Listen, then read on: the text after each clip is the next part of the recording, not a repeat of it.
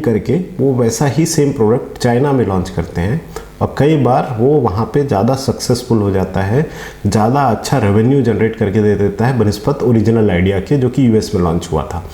तो ऐसा कैसे क्यों हुआ? क्योंकि उन्होंने ये नहीं देखा कि उन्हें बहुत कोई नई चीज़ लॉन्च करनी है, उन्होंने देखा कि मौजूदा जो चीज़ है उसमें कुछ सुधार करके इसे और अच्छा किया जा सकता है। तो ये भी एक बिज़नेस आइडिया लेने का एक तरीका है कि वर्तमान में अगर कोई बिजनेसेस काम कर रहे हैं और आप उनसे बेहतर कोई चीज़ दे सकते हो, कोई एक अच्छा वेरिएंट उनका दे सकते हो, तो आपका बिज़नेस काम कर सकता है। ये जो भी मैं बता रहा हूँ आइडियाज़, ये आइडियाज़ जनरेट करने का तरीका है, एक रेसिपी बनाने का तरीका है, आइडियाज़ की रेसिपी बनाने का तरीका है।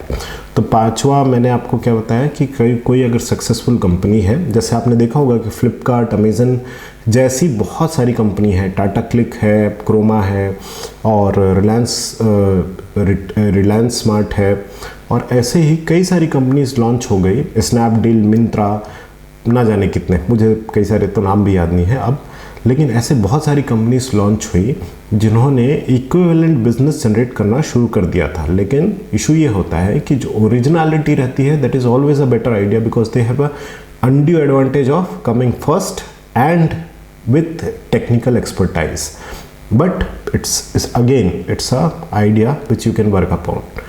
तो किसी भी सक्सेसफुल कंपनी का वेरिएंट अगर आप लॉन्च कर सकते हैं तो ये भी एक तरीका है लॉन्च करने का।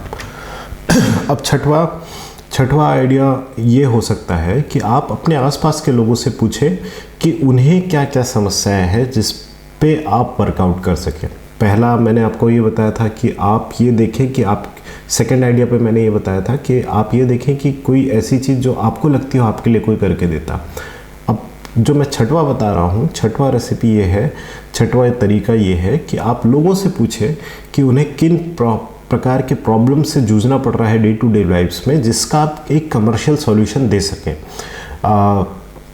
ज़्यादा बेहतर मुझे ये लगता है कि किसी खास सेक्टर के लोगों को या किसी खास जियोग्राफिकल एरिया के लोगों की अपनी प्रॉब्लम्स होती हैं, उन प्रॉब्लम्स को लोकली एड्रेस किया जा सकता है। जैसे कि अगर बात करें तो छत्तीसगढ़ में अगर कहा जाए तो यहाँ से एयरपोर्ट और एयरपोर्ट में डायरेक्ट लॉजिस्टिक जो अवेलेबिलिटी है वो यहाँ पर अवेलेबल नहीं है।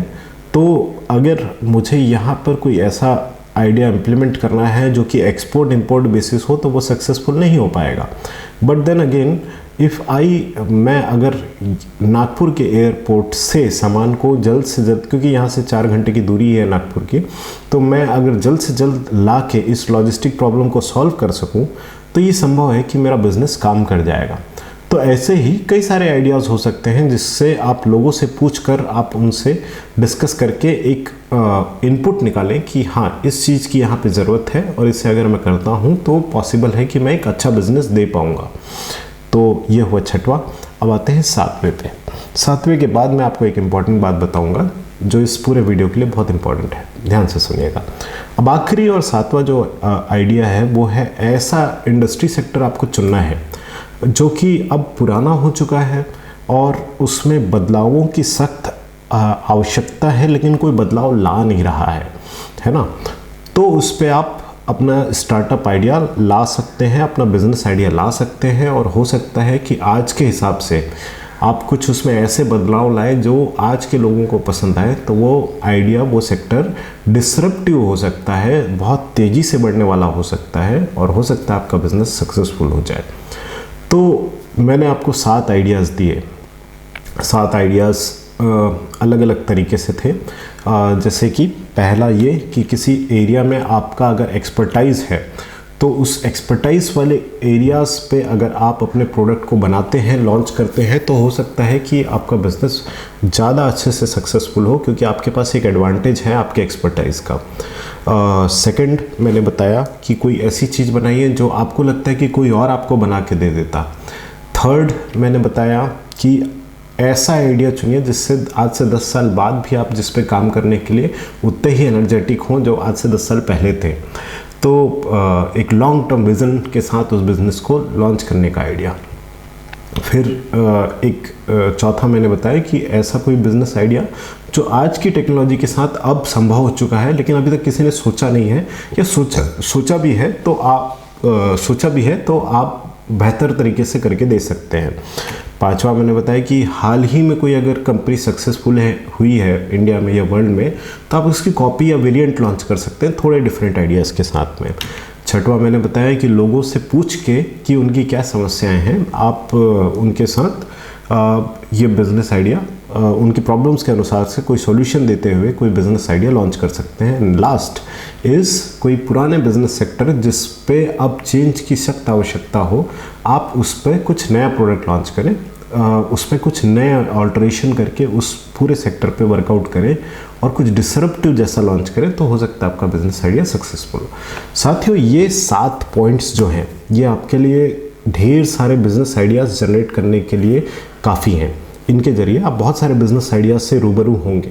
लेकिन मैं आपको एक इम्पॉर्टेंट और सीक्रेट बात इस वीडियो के बारे में बताना चाहता हूँ कि मैंने जैसे क्रम अनुसार बताया कि पहला आइडिया और 7वां आइडिया, इन जो सबसे पहला आइडिया है that is always the best idea, because हमारी टीम के एनालिसिस के अनुसार अभी तक जितने भी हमने स्टार्टअप्स को एनालाइज किया है, नए नए सक्सेसफुल बिजनेसेस को एनालाइज किया है, जो सक्सेसफुल होते हैं उनमें 50-60% के आसपास ऐसे स्टार्टअप्स होते हैं जिनके फाउंडर मेंबर्स किसी उसी फील्ड में जिसमें बिजनेस लॉन्च किया जा रहा है उस पर उनका एक्सपर्टाइज हो।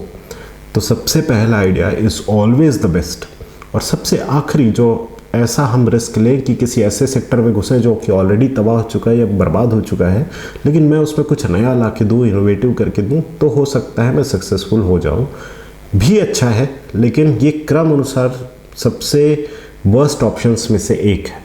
मैंने आपको बताया है, हो सकता है आपके काम आए, लेकिन आप इसे क्रम अनुसार ही चुनें। मैं आपको साइड में जैसे ये टिकट्स चल रहे थे तो आप देखते जाएंगे, 1st से लेकर 7 तक के सारे आइडियाज़ से आपसे बिजनेस आइडियाज़ निकल के आ सकते हैं। लेकिन पहला ज़्यादा अच्छा है, सेकंड उससे थोड़ा कम अच्छा है, थर्ड थोड़ा और कम अच्छा है। ऐसे करते करते अब आपको अपने बिजनेसेस को चुनना है। तो इसी के साथ मैं आप सभी से रुखसत लेता हूँ। बहुत बहुत धन्यवाद।